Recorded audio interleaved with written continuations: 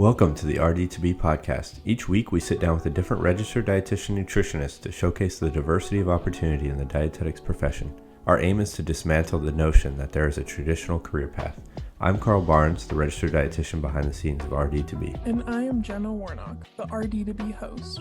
Our RD guests share their stories, career paths, and advice to help students like us succeed in the profession.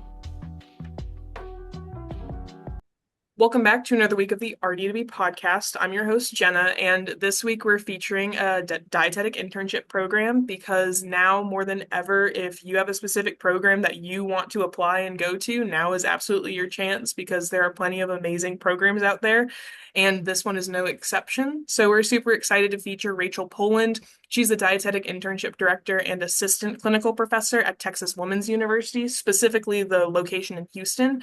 And so, Rachel, thank you so much for joining us to talk about your program. Thanks for inviting me, Jenna. Yeah, of course. And so first, I kind of like to have listeners get a feel of who it is that is talking. And so first, what led you to become the DI director at the Houston location? Yeah. I feel like it all kind of started, I sort of manifested my destiny a little bit in my personal statement for my application through DICAS. I actually included some stuff in there about wanting to go back into academia and higher education at some point in my career path.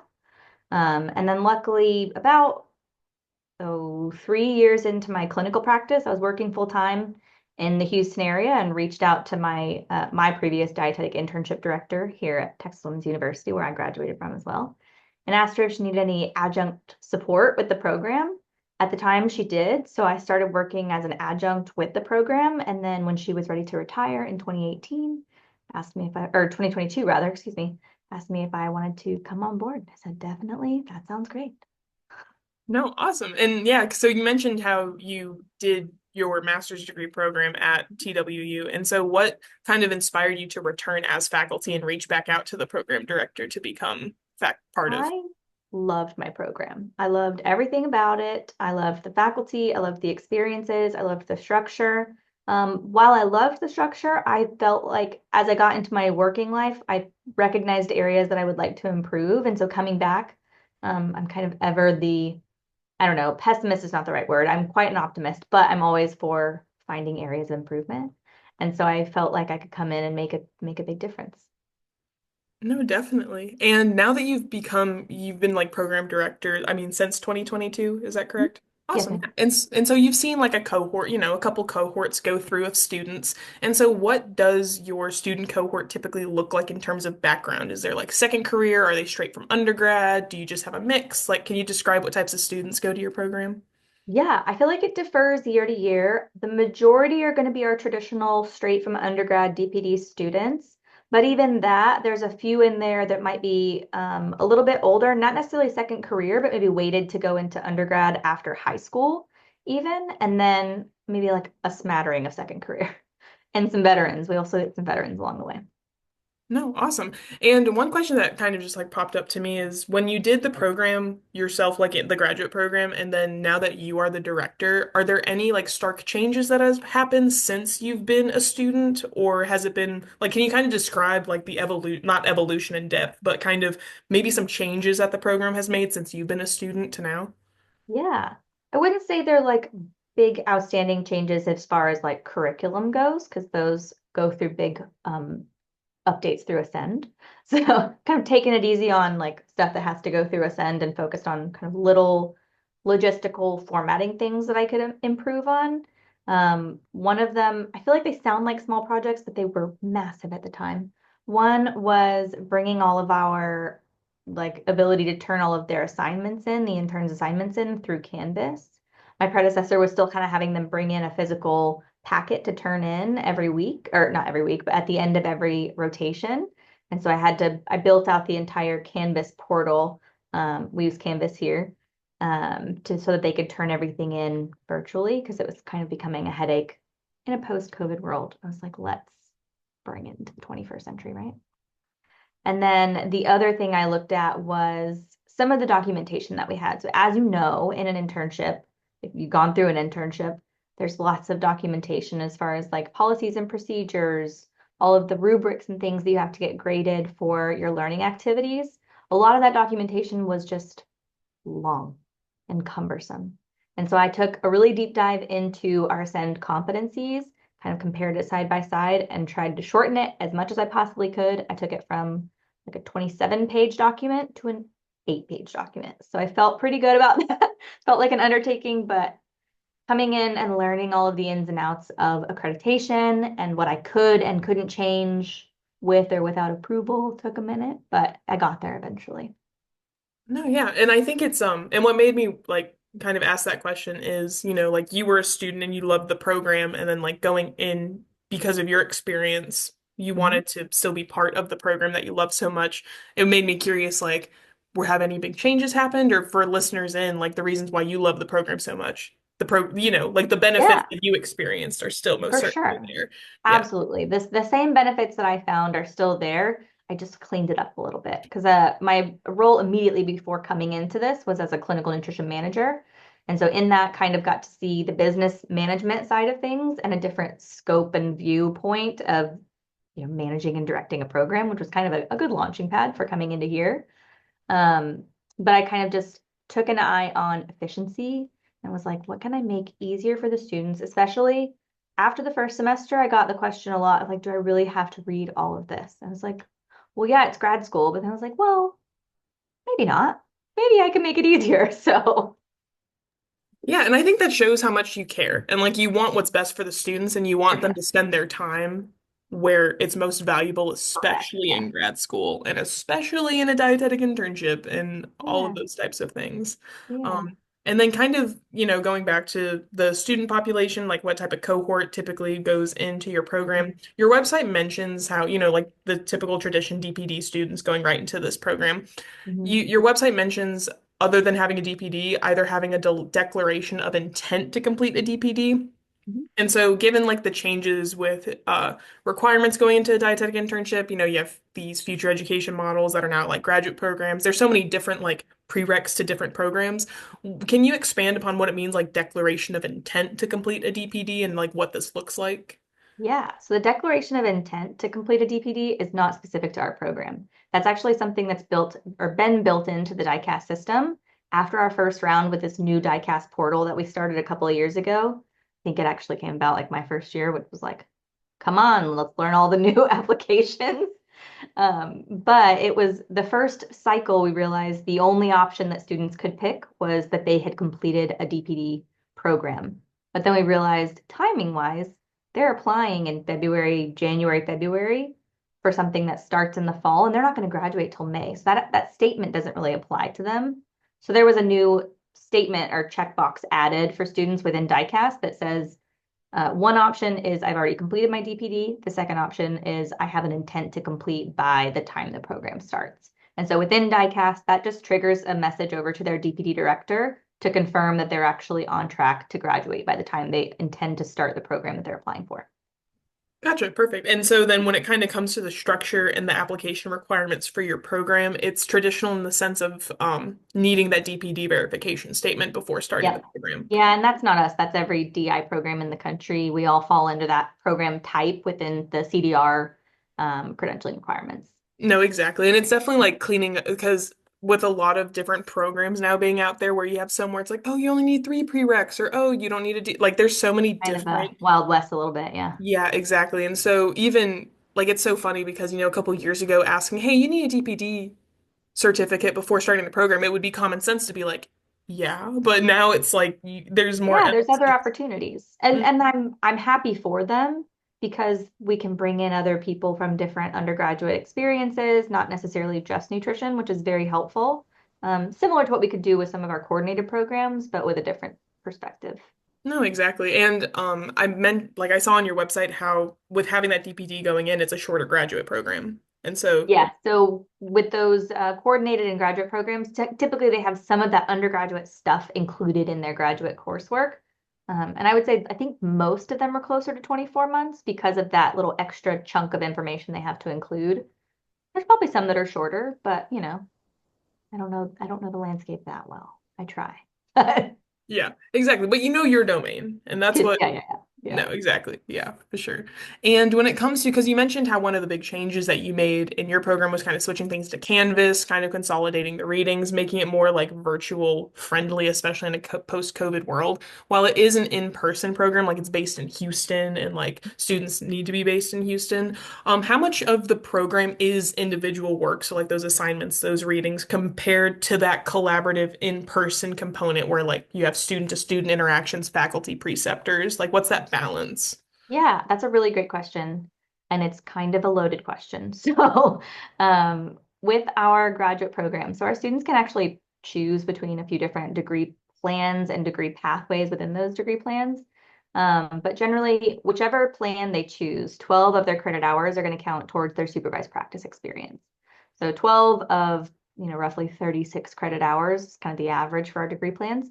12 of those credit hours are going to be directly in their supervised practice experiences out in the community with their preceptors directly one-on-one. We do a 6-week intensive orientation at the very beginning of the program in fall that we start a couple of weeks before the academic calendar. We're together most days, Tuesday to Friday for those 6 weeks. And then at the end of that, the students go out to their rotations. Beyond that, we have kind of one-on-one check-ins with each of the students, myself and my adjunct, at various points throughout the semester. That one-on-one is mostly dictated by the student. Our intention there is to provide support, but not get in the way. We want to be a coach and a guide and a listening ear, or if they need help with something or they're experiencing challenges, or even, talking about their wins, whatever it needs to be. But we understand that students have varying levels of support needs. And so some students really want to meet once a month or once every few weeks. Other students are like, I'll see you in a couple months, I'm fine. So those one-on-one check-ins are meant to be supportive, not obtrusive. And then we also have a few virtual meetings with them and in-person meetings with them throughout the remainder of those 16 months. And that's just to, again, maintain connection, allow them time to collaborate with each other, talk about their experiences with each other, because most of them are going to be at rotations independently, not with each other. Most of our sites have, or at least clinically speaking, have roughly 2 to maybe 4 dietitians. We're out at our community hospitals. And so they really only take one intern at a time. And so it's nice for our students to come together after they haven't seen each other for a couple months and start talking about their experiences, and they're like, oh, me too. Oh, me too. They don't recognize those things until they really get together. Outside of that, they come together on Mondays for class days. Some of those classes I teach, but we also have other faculty on campus that teach as well. No, yeah, and it sounds like a great balance of like the flexibility of, virtual and also just meeting the students where they're at, depending on the support that they need. So it seems flexible on all fronts and really tailoring it to the student. And I think it's honestly great when the students or interns have that one-on-one preceptor relationship because Mhm. then you get like that undivided attention, but then you still have that collaborative component where you can share your Sure. experiences with the other interns. So I think it's a good balance of you're not getting so stuck in the rotations that you feel like you're alone and that you're all that you have during it, but Mhm. you still have, again, like that support that's not obtrusive, which is really, really great. One of the questions I get a lot is if I'll be at rotations with my classmates. And in our rotations, the answer is no, mostly. There might be one, maybe two that might happen, but we try actually not to. Because what inevitably ends up happening is we have one person that is more extroverted, one person that might be more introverted, and then there's kind of a hierarchy that is established, and you don't really get to have your own independent experience. So it's intentional and it's by design based on our experience of having sent multiple students from the same program into the same place. They tend to huddle together and they don't necessarily get the same experience as they would independently. No, definitely. And I think it's great to outline like why, because people may be more intimidated or more scared, but it's honestly like it's almost like the parenting method of it's good for you. Like it's gonna suck, but it's good for you. Well, it's like you told me right before we got on here. What did you say? It was like lean into being scared of something. Mhm. I was like, I mean, yeah, you kind of just gotta fake it till you make it, honestly. And the amount of times I've heard program directors say that, where it's like, what advice would you give students? It's just like fake it till you make it? Yeah, yeah, Yeah. yeah, yeah. And kind of going more into the coursework, because you mentioned how like students can take a lot of different like directions. And I notice online that you have, you can do it exercise science and sports nutrition, concentration, and then there's the other one. I know it's like just nutrition. I don't know if it was clinical nutrition, but I think um it was great how you had different like graduate programs that students can kind of gravitate towards, but you also offer a coursework option or a thesis option. And I think that that's really great how, you truly like going back to how you described the balance between individual to collaborative work. It's very flexible and dependent on, what the student wants and tailoring it to the student. And so can you describe a little bit the difference between the thesis option and the coursework option? Sure, yeah. So kind of what you mentioned, one of the, I think, perks and benefits of our program is it's not super prescriptive. There is a structure set in place for each pathway, but we really try to create structure with added flexibility to be able to meet the students' needs and preferences. And so with that, we have the option of a master's in nutrition, which doesn't have a clinical emphasis, but depending on the electives that they choose, it could lean that way, or a master's of science in exercise and sports nutrition. The main difference in the two are that the ESN program, it's our acronym for the exercise and sports nutrition. It's just a mouthful. ESN's a little easier. ESN has a couple of added required courses, inclusive of the same required courses from the MS Nutrition, just added couple more, and then they don't have as many electives because they're doing them in like exercise physiology and all that stuff. And then they also have to do a sports practicum specific to learning how to take care of athletes in sports nutrition space. And so within each of those master's programs, students can again choose between a thesis or a coursework track. The difference being in the coursework track, they'll finish out their education component in a capstone course. And with thesis, they'll do a full dissertation and presentation of their defense. The main difference being when you're doing a thesis, you're going to ask a research question and gather original data to figure out what the answer is to that research question. Whereas capstone, you'll ask a research question and then do a systematic review of the existing literature to see what literature already says about it. Oh, awesome. And do you have examples? So first, kind of going more so into that thesis option for those that may be interested in research, about how many students choose that thesis option compared to the coursework option? That's a really great question. Historically, not many have chosen the thesis, but I am starting to see more students lean that direction with the added component of the master's degree requirement. Mhm. Historically, our rotations would start in the fall and they would be done by the summer, and they could go ahead and take the exam in the summer and finish out their master's degree in that fall, so they could start working and finishing their master's degree at the same time. Now they're forced to wait till they finish to graduate, and so some students are like, well, I'm going to be here 16 months anyway, so I might as well just do the thesis. The Mhm. students that pursue the thesis are typically those that definitely know they want to consider pursuing a PhD in the future, or just have a really strong urge to pursue research, or really just know they want to go into clinical research in some way. A lot of them have done some sort of research work at the undergraduate level, and so they're hooked and they want to stay in it. But yeah, historically, not many, but I'm seeing more and more with interest peaked in the thesis. Awesome. Yeah. And as far as the length goes, is the length about the same? Because I think, Mhm. gotcha. So, like, with the program being the 16 months, it's, regardless of if you do the thesis or the coursework, it's relatively the same. There is a slight caveat with a thesis. I would say it's 16 months at baseline, but depending on your research topic, the ability to recruit enough participants, and if anything gets pushed, sometimes it could flow into an extra semester and push you into a 24-month program. But if you're that kind of tied to research, it's an extra 4.5 months of your life. So I've never had anybody that was upset about it. Granted, there haven't been that many. So No, gotcha. And do you have, it's okay if you don't like dive deep into like what the thesis mhm.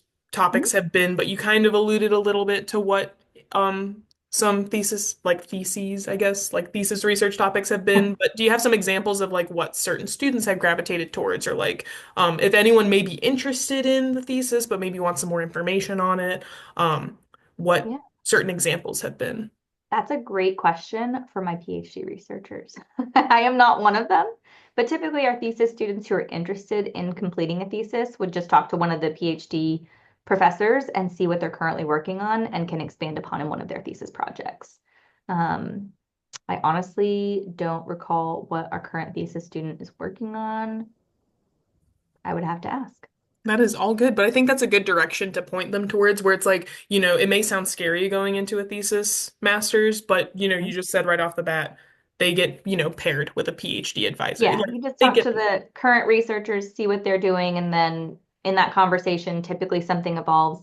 And I think we were talking a little bit beforehand. Sometimes when you're coming into research, it's like, I don't know what I don't know, and everything sounds fun. Yeah. So I've never, like, nobody has ever come in and be like, that sounds awful. Like, I don't want to do that. It's never that conversation. It's always, what are you working on? That sounds cool. Like, let's do this, let's do that. So I have one actually that's going to be starting in the fall, and she reached out to one of our PhD researchers who's doing um, some research on resistant starch and PCOS in women.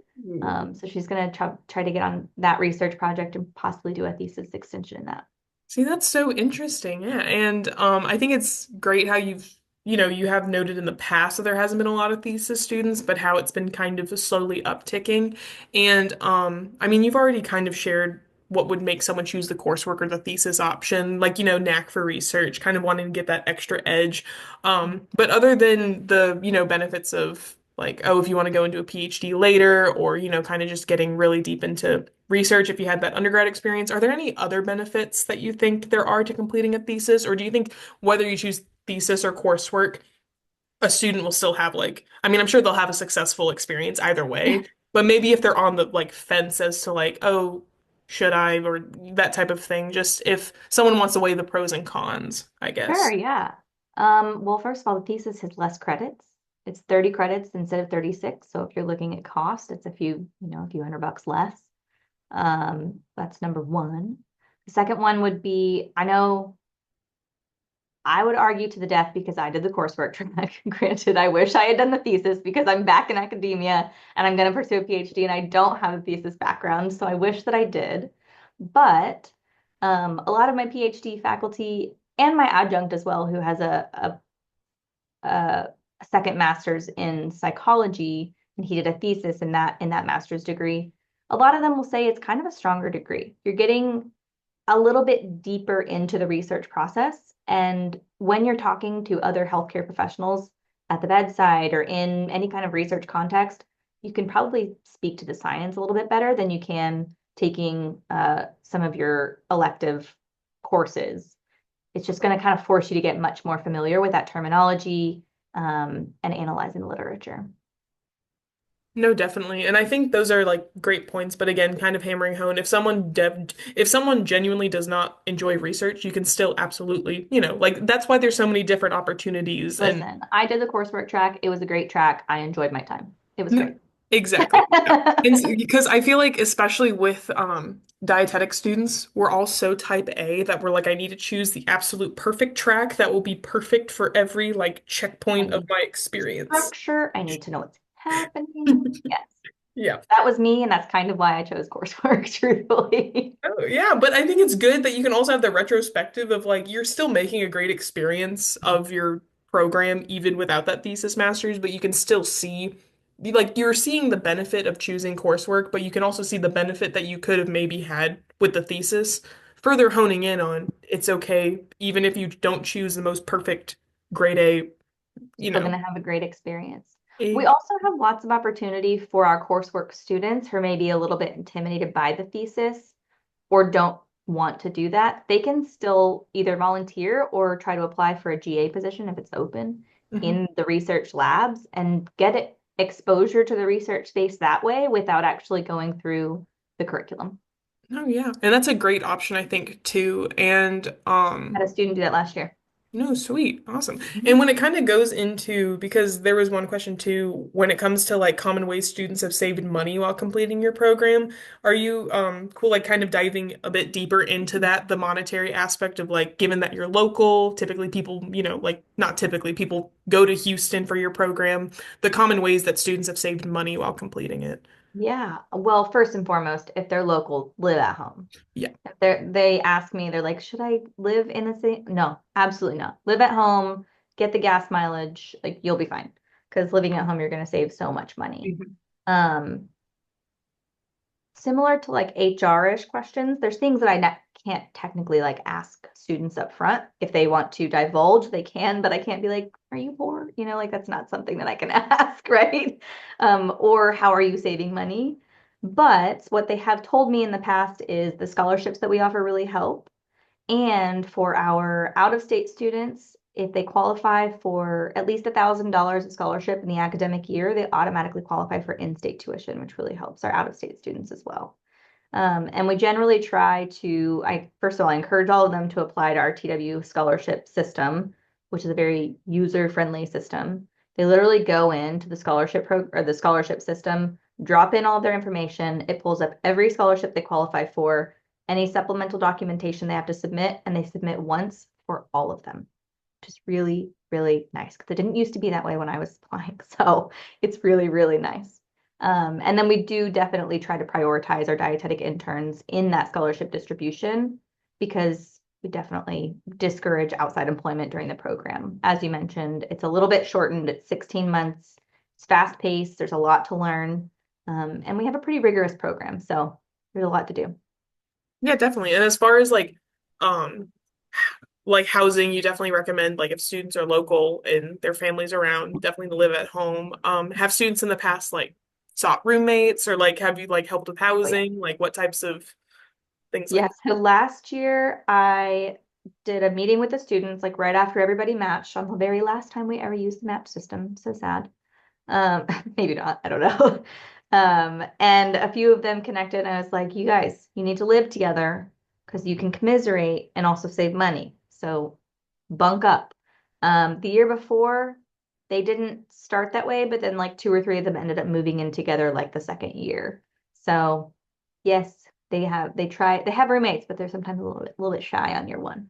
No, I gotcha. But it's good how like right off the gate, if someone's nervous about housing and maybe they're moving, they're moving to the location, you gave really great guidance on, like, if you're out of state, ways to try and get tuition remission. And when they first matched, you really encouraged like housing. It definitely sounds like from the get-go, Oh, you for sure. like encourage all the ways to save money, Oh, which is yeah. great. And in that kind of first wave of email communications that I send out to them, there's also a link to our Student Life webpage, and they have compiled a list of affordable housing in the area, and it's distributed by zip code. And so they can go in and kind of look at the different areas of the map, figure out where they want to live in Houston. Because that's another thing. Everybody always asks me where they want to live. I'm a Houstonian, but I'm from the burbs. So like not really a Houstonian, you know? Um, and I live in the burbs now. So I'm like, I don't know. I'm the worst person to ask, and I'm so sorry. But I will generally connect them with somebody from the previous year, and they actually get a mentor from the year before that they already are connected with. So they can ask that question or get linked up with somebody else that lived in the area. No, that's great. Like, you literally offer them so much support from different layers, like, faculty We offers try, man. support. We try. No, yeah, doing a great job with all those things. And so then say that someone's listening to this and they're like, "Oh my gosh, I want to apply, but am I a good applicant?" So what like certain traits are you looking for that make someone an ideal applicant for your program? I look for a well-rounded applicant. That is my favorite thing, is somebody who has kind of hit the mark on all different areas, or if they haven't hit the mark on certain areas, that they talk about it in their personal statement. So somebody who has good grades, they don't have to be perfect. Perfect is cool. Perfect is type A, and it feeds our, perfectionisms. But somebody who has good grades, especially in the last 60 hours, we want to focus on kind of upward trajectory of those grades over the last kind of core courses that they're going through. If we've seen a dip, that's kind of concerning, because you're not doing as well in the courses that are leading to your career path, and that's worrying, right? Leadership opportunities that they've taken, those are very helpful in kind of cultivating somebody who is good at managing conflict, is managing people, and typically somebody who can maintain professionalism in leadership settings. So that's really important for, I guess, me particularly. I've served in a lot of leadership roles, and I've felt the benefit of that in my own work and personal life. So that's a big thing for me. I know my researchers that are on the selection committee look at grades in some of those really science heavy courses, statistics, anatomy and physiology, kind of those basic sciences. And then some of our other clinicians really look at those M&T course grades and professional membership as well. And then we look at the personal statement, kind of the level of engagement with the personal statement. I have a blurb on my website. I didn't pull it up. I have kind of a blurb for what we look for in the personal statement, but either here or kind of in some of our info sessions, I always tell students, find ways to answer the questions that are in the prompts, but then tell me what you learned from them, and then tell me how you maybe have implemented what you learned or plan to implement what you learned from that at some point later on. Being able to introspect and make changes is a really important piece of the dietetic internship, and being able to tangibly see that in an explanation that somebody can kind of reflect, introspect, and take ownership of that and say, here's what I learned, here's what I did wrong, right? Like that's hard to do for all of us. Here's what I did wrong, here's what I learned from it, and here's what I want to do better next time, or here's how I did it better the next time. So those kind of abilities to just take criticism and make change. No, and that's really, really great. And kind of segueing into that, say that someone's like an undergrad senior and they're feeling, incredibly underprepared. They have that self-awareness. They have that introspection that finally kicked in like their Yeah. last year. And they're like, wait, I didn't do enough, or I don't Yeah. really have the best grades, or I didn't get as involved as I thought I could. Just say that but they have that introspective piece now where they're like, I have this direction. I just feel like I ran out of time to really solidify it in certain Mhm. avenues in undergrad. Do you have any advice for those students, whether it's like with the application or they just have maybe a semester or two left before they're applying to these programs? Any Mhm. advice for those that are feeling unprepared to really just kind of make the most of either the experience that they do have or to finding experience just to solidify themselves a little bit before applying? Love that question, actually. First, I would say quality over quantity. Even if you hadn't had a ton until now, and you're like realizing, kind of like I did back in the day, don't think I realized that the path of a nutrition undergrad led to dietetics until I was probably like end of sophomore, maybe junior year. So like not a ton happening before then. But yeah, quality over quantity, do something. Doesn't have to be a lot, just something. And in your personal statement, address it. Like, don't skip over it because we're going to see the gap on the selection committee. And we're going to be like, well, why didn't you do this? Why didn't you do that? And if we have a tangible reason, or you can say, I recognized where I have this gap, and here's what I'm planning to do between now and the time I start the program. That's very helpful for us. It really speaks to professionalism too. Part of being a professional is recognizing where you might have messed up, and that's okay. Nobody's perfect, right? But it's being able to recognize it, rectify it, and move forward. I think that is an amazing answer because I wanted to ask this question just because I feel like there's so many people who have that concern, but they just Yeah. don't know how to address it. But I think you gave the most succinct, comprehensive, yet directional answer with that because it's like, okay, do what you can with the time that you have, but also not just trying to sweep it under the rug. And yeah, Yeah. like the balance of address it with the time that you have, but also address it in the personal statement because like honestly being honest is what. Transparency is key. That's it. Mhm. No, for sure. That's awesome. And so, kind of flipping the coin to maybe some traits or behaviors that may hurt an applicant's chances. So, I'm sure you know the opposite, where it's like not self-aware, not really recognizing criticism. You definitely have the opposites. But are there any other traits or things maybe that you've seen in the past that were really just a big turnoff for applicants, or things that jump out at you for students just kind of like go away from? And if not, that's totally fine. But yeah. Good question. I feel like I have a few answers and I don't want to forget them. The first would probably be students that maybe don't get in, start the graduate program, but then don't take any opportunity to pursue any of those leadership opportunities, to pursue involvement at the graduate level, or even to come talk to me and the other faculty at any point. We do have you can complete the program or the master's degree rather, not the internship. You can complete the master's degree fully online. So if you didn't have any reason to come to campus, they might not need to. But we don't have a formal interview process with our internship applications. The interview process that we have is relatively informal. It looks like 3 supplemental questions on the DICAS application. They read very interviewee. It's like, tell me about a time when you didn't get along, like that whole, what is it, performance-based interviewing method. That would be one. If you come to the graduate program because you didn't get in the first time, come talk to me, get to know me, make an impression because we don't do interviews. I want to see that you're engaging with the profession, you're engaging with the program, and that you actually have interest. So that speaks very highly to me personally. Um, I would say also maybe students that had maybe their personal statement looks amazing, very well edited, very well poised, and then their answers to the supplemental questions are very off the cuff and they don't quite add up. I'm like, all right, we use ChatGPT, we didn't use ChatGPT, right? Like one of these things is not like the other. And that's okay. I'm pro ChatGPT in the right formats and the right instances and helping make things sound pretty. Like that's totally fine. But when it doesn't match up to your answers with the supplemental questions, they don't quite get to the root of like you don't really answer the question, that's a red flag for me. Mhm. No, and I think it's good, like, like going back to transparency, like being consistent and showing initiative. And like Mhm. I think all of those are really That's the great. word I was looking for. Thank you. No, you're totally fine. Yeah, yeah, yeah. No, very, very great things for students to know, especially in terms of like if they're interested in your program for sure.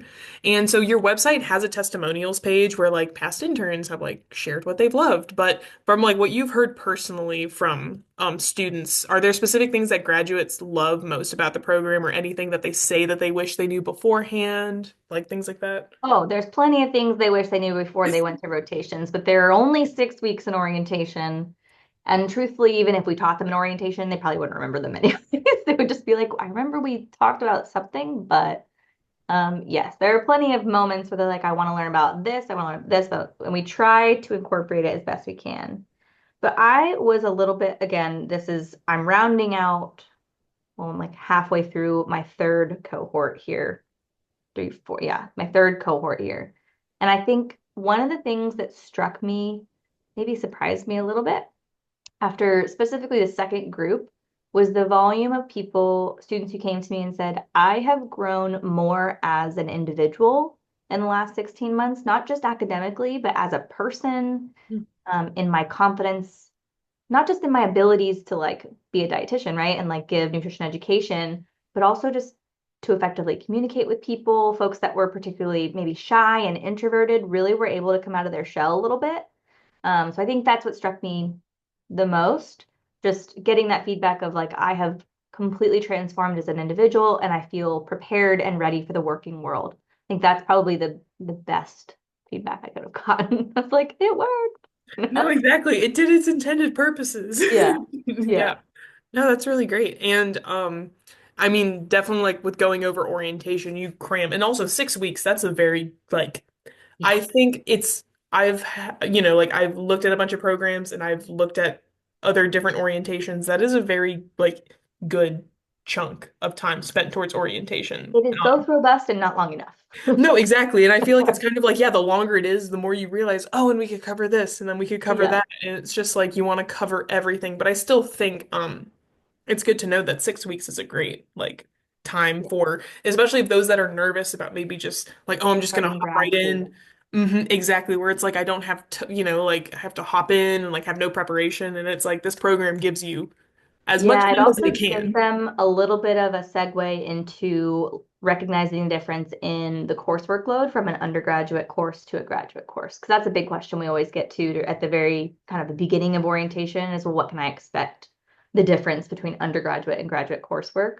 Um, my answer is typically you're going to do a lot of thinking. You're going to do a lot of thinking and a lot of original writing because in grad school, we not only want to see what you can recall, we want to know how you can synthesize that information and then reflect on it to maybe inquire what's missing.